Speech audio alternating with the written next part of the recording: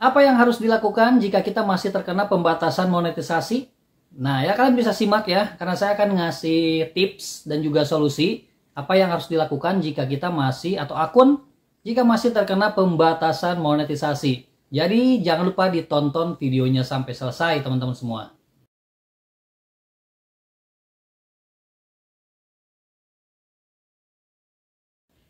Hai, balik lagi teman-teman semua di channelnya Risman Official. Jadi sesuai video yang di awal ya, saya akan ngasih tips dan juga solusi apa yang harus dilakukan jika akun kita masih terkena pembatasan monetisasi. Jadi untuk jenis pelanggaran di Facebook itu ada dua tipe menurut versi saya teman-teman ya. Jadi ada yang kasat mata, ada yang tidak kasat mata. Nah, kayak ngelihat hantu aja nih.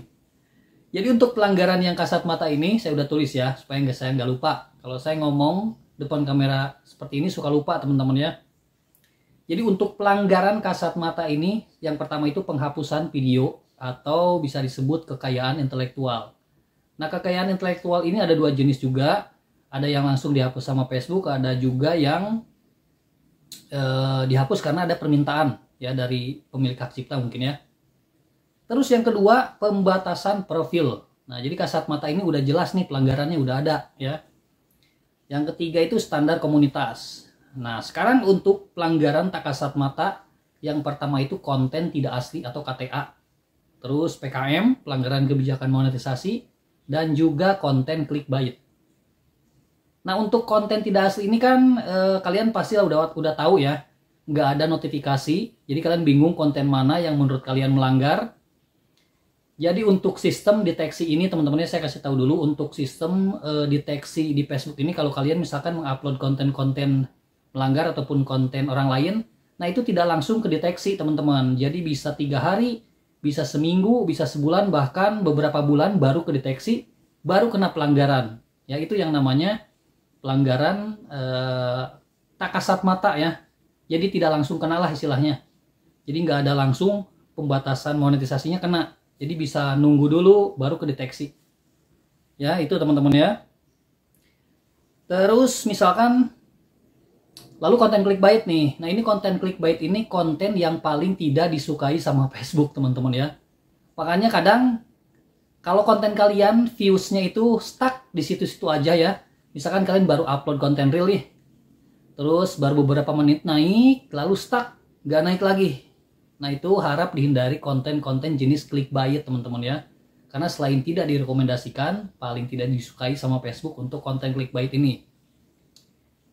Lalu gimana cara mengatasinya jika monetisasi kalian masih dibatasi? Yang pertama harus rebranding. Rebranding itu bersihkan dan perbaiki. Bersihkan dari konten re-upload, perbaiki dari konten original yang melanggar.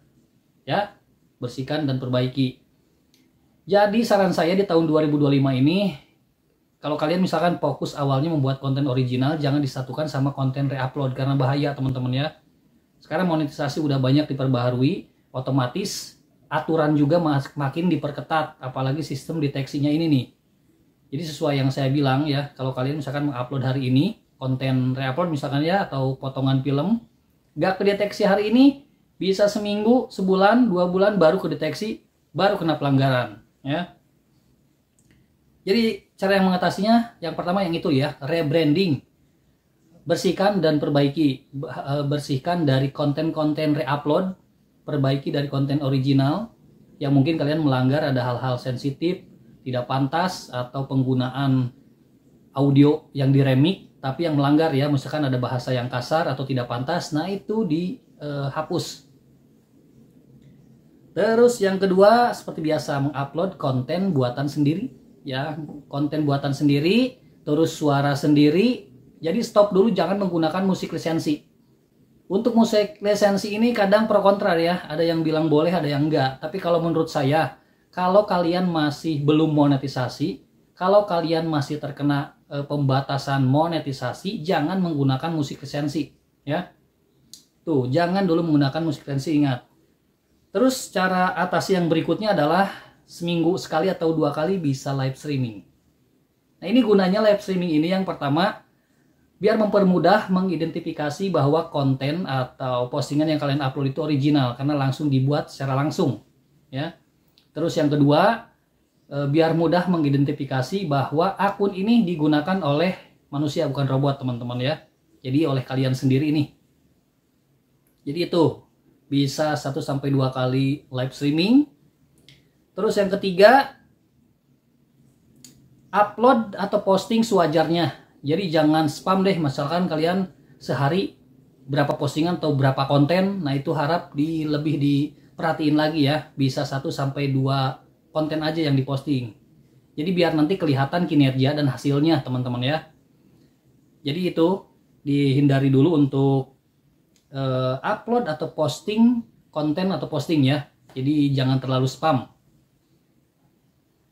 Oke teman-teman ya. Terus yang berikutnya, fokus interaksi di konten kalian dulu, jangan di luar dulu. Misalkan di grup, di konten orang lain, jangan dulu ya.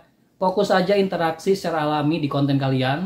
Misalkan ada yang komen ya kalian balas ya. Jadi seperti itu teman-teman ya. Saya ulangi lagi, untuk mengatasi misalkan kalian masih terkena pembatasan monetisasi, yang pertama rebranding ulang, bersihkan dan perbaiki. Bersihkan dari konten reupload, bersihkan dari konten sensitif, dari konten tidak pantas. Mungkin kalian sebelum beralih ke mode profesional, akun kalian dulu misalkan mengupload konten-konten yang tidak pantas, cari aja. Kalau nemu, dihapus sebelum kedeteksi sama Facebook ya.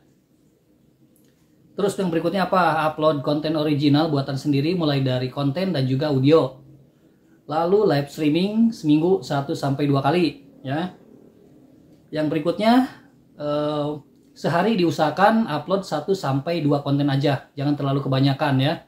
Biar nanti kalau kalian misalkan uploadnya sewajarnya, itu akan kelihatan hasil dan kinerjanya.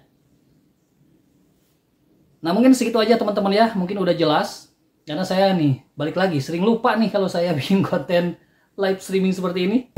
Jadi silakan aja ya, kalau kalian mau tanya-tanya bisa komen aja, atau bisa langsung ke Facebook saya, ada di deskripsi, ataupun bisa ke aplikasi sebelah TokTok ya. Saya sesekali suka live ya di sana teman-teman.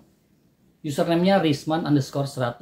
Oke, jadi mungkin segitu aja untuk pembahasannya. Sekali lagi kalau ada yang ditanyakan silakan aja inbox ya, linknya ada di deskripsi. Terima kasih sekali lagi buat kalian yang udah subscribe.